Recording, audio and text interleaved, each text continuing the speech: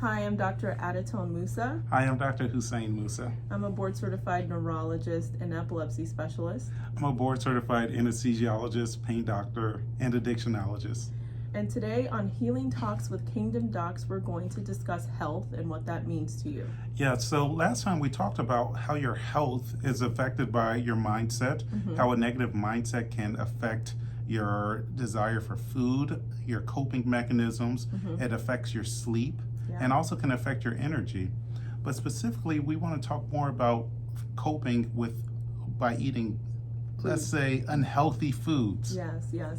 And now, it's not to say that you cannot enjoy the occasional bowl of ice cream or candy bar, but to go to these types of foods habitually to cope with a negative emotion or a stressful situation can really affect your body in the long run. So we had spoke about maybe choosing better foods or foods that are not so processed. Yes, so, like complex carbohydrates, like fruit. Like fruit. Now, there are certain fruits that are actually high in sugar, and we had mentioned grapes on the last episode. And so just to amend my husband's statement, grapes are wonderful. However, they are high in sugar, especially for those that might be struggling with pre-diabetes or diabetes. I understand, but I really do like grapes. I love grapes too. And again, everything in moderation. So if you want to have some grapes, you can. I would mix that with maybe some strawberries and some other complex carbohydrates like whole wheat, whole grains. Yes. And do you find that if you're eating processed sugars, does that affect your mood? It actually does. And so what ends up happening is with these simple carbohydrates or processed sugars, it increases your blood sugar level very rapidly. It spikes up.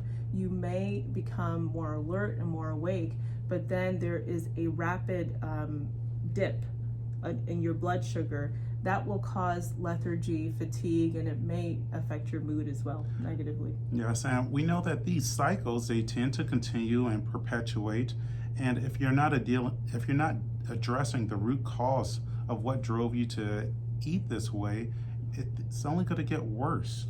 I would say so, yeah. So you end up in an additional cycle of dependence on certain foods to make you feel better temporarily.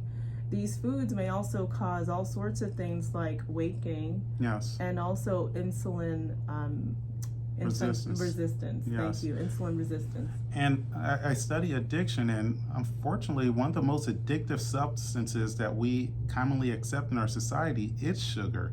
And all of us, well, not all of us, but a lot of us have had this dependence on sugar, and all you need is to find your favorite 5-year-old kid and their grandma who loves to give them candy, and you can see what that looks like. They get the sugar, they spike, they crash, and they keep going. But thankfully, kids are very resilient, and they just live blessed lives for the most part. Right. But as adults, as we're starting to really take care of our health, we have to guard our emotions and how we're coping, especially by what we're eating. Because if we're continuing to eat unhealthy foods, it creates this cycle, and it becomes a real challenge to break.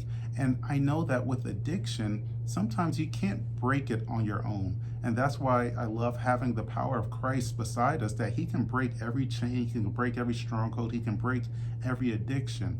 But first we have to identify what's causing it. Right, absolutely.